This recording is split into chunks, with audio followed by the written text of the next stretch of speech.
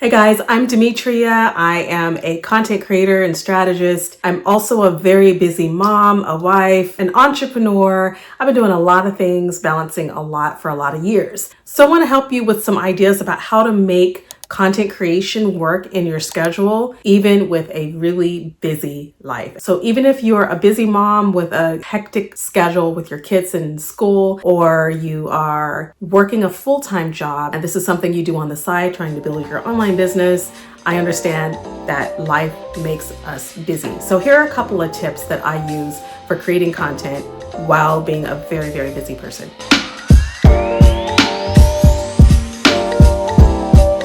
The first thing I did was I dropped perfectionism. That is something that I've been struggling with for a long time, is wanting to be perfect and good at everything. So therefore it takes me longer to get things out to the public because I want it to look good. I want it to sound good. I want it to be nice, right? Because I believe in integrity and bringing your best to the table, putting your best foot forward. For those of you who were raised in the 80s and 90s like I was, you remember those slogans that we saw on our school hallway, on the halls, and the things that our principals would say at assemblies, that the sky is the limit and reach for the heights and always put your best foot forward, that kind of thing. So it's ingrained in us to be our best, right? And that is good for some things, but not good for everything. So we want to do well and we want to do our best, but our best doesn't have to be perfect. So when you're creating content for your audience, you have to remember that they just want to be encouraged. They just want to know that they are free and that they are encouraged and inspired and motivated to do, they're empowered to do what they want to do, and you're helping them to do it. It doesn't mean that you're perfect in what you're doing or that you're perfectly good at teaching something. It's just that you are inspirational and you are a role model for them. So that's all you need to do. So show up and be yourself. Sometimes we get stuck thinking our graphics are not good enough, our tools that we use to create the videos or the audio editing is not perfect enough. And I'll promise you, it's not going to be perfect in the beginning anyway, so you may as well get started, right? And so if you're already started and you're just kind of backtracking because you're not sure that it's good enough for the public, just release it and let someone tell you it's not good if it's not good. But in the meantime, release it, let it go, and realize that it's going to be more helpful than it is damaging or hurtful. So no matter how it appears, at least it looks like you've tried and you created something that is helping someone. Sometimes, and surprisingly, sometimes the things that we are the least good at, and it's the rough cut that we don't think is going to get the most traction, is the very thing that explodes and gets the most. So whether it's the most views or the most listens, sometimes it's those things. I know that I've edited and super polished up a lot of my audios for my podcast, but the ones where I just came on raw, unfiltered, and unedited were the ones that ended up getting the most listens and downloads. So you'll be surprised at how much people just want you to be authentic and real. That said, let me just share briefly that being a busy person, a busy mom, a busy solopreneur, a busy individual in life is something that I can totally relate to. My hands are in every type of project and I'm everywhere all the time. And sometimes I feel really stretched thin. So it's from home management, parenting my kids. I had a season of homeschooling my kids, and we've moved 5 times as a family all over the country. So we've had to pick up and recalibrate 5 different times. And it really puts a lot of things into perspective when you're trying to put your life back together that many times. Also, health challenges and relationship issues and all kinds of things happen in 10, 20 years. And so life happens, okay? And I understand that. But here's how I was able to build over 10 brands. And I have a video about that if you want to watch, how I was able to do that and keep my content going and strategies going over this course of time.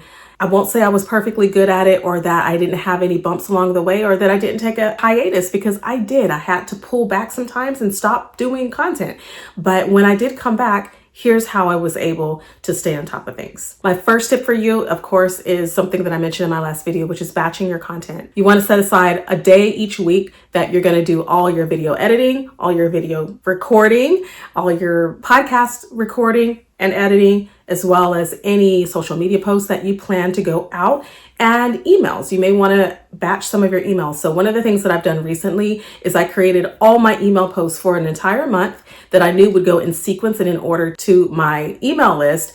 It kept me from having every single week to think about what I want to share with my list. I already have that email written out and ready to go. So that saves me a lot of time. You'll be surprised how much batching can really cut down your time. Planning ahead is another tip for you. Using your social media scheduler, using your blog scheduler, using your podcast scheduler, and your YouTube video scheduler all are an integral part of a content creator's life, because again, you're going to want to batch. And once you batch, you want to schedule all this stuff out in advance. This is how you're able to get a lot of things done and kind of shift it on the back burner so you can move ahead and do all the other things in your life that's required for you to do. For example, right now I'm creating this video and I'm doing this right before I'm heading out the door to go pick up my daughter from work. So there are things that will help you to do things quickly once you have a system and a strategy in place.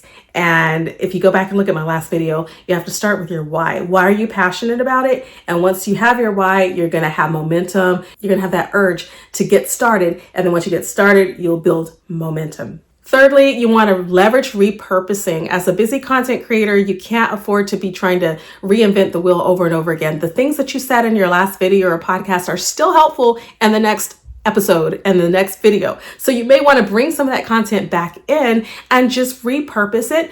Also, things that you've created years ago, months ago, you can bring back and you can show it again, especially on your podcast. I've done that several times where I've had an interview that I shared maybe 6 or 7 years ago that I think probably got forgotten, or maybe it was on another podcast that I used to host that I pod faded. And so I want to bring that content because it's so valuable and no one's listening to that podcast anymore. So I want to bring it to my new podcast so my new listeners can hear that interview and it's still value to them. So think about ways you can repurpose old content. Even if it's an old blog post, you can refreshen it, you can make it sound different, make it better, add some extra keywords, just really repurpose that blog post, recycle it, and use it again. So I've done that many times. You don't have to reinvent the wheel. The fourth thing is quality over quantity. Now, I am on a mission to really create more videos here in the upcoming weeks and months on this channel. So I am going to be creating more quantity. But at the end of the day, if you have to really take a step back from your content creation, it's better to have quality over quantity. I have another YouTube channel that I only post to once a month or as is. For example, if I do a homeschool video that's like an interview with someone, then I'll post to that channel. Otherwise, I don't post to it very often. And the algorithm is starting to show that I'm not posting there often, but that's okay with me. So I'm on a mission to post more often on this particular channel because I have a specific goal for that. But it's better to post with high quality and post whenever is great for you, for your schedule, than to worry about posting every single day. And that goes for your socials as well. And lastly, you just want to set realistic goals for yourself because you are busy and you have a lot going on. So don't overdo it. You know what you can handle. And so if you can handle one podcast episode every 2 weeks, then you do that and focus on only that. And that will be your thing until you're ready to do the next thing or add more or not. It just kind of with entrepreneurship, I think it depends on what you are feeling in the moment. Like I said in a previous video, I believe that entrepreneurship is fluid.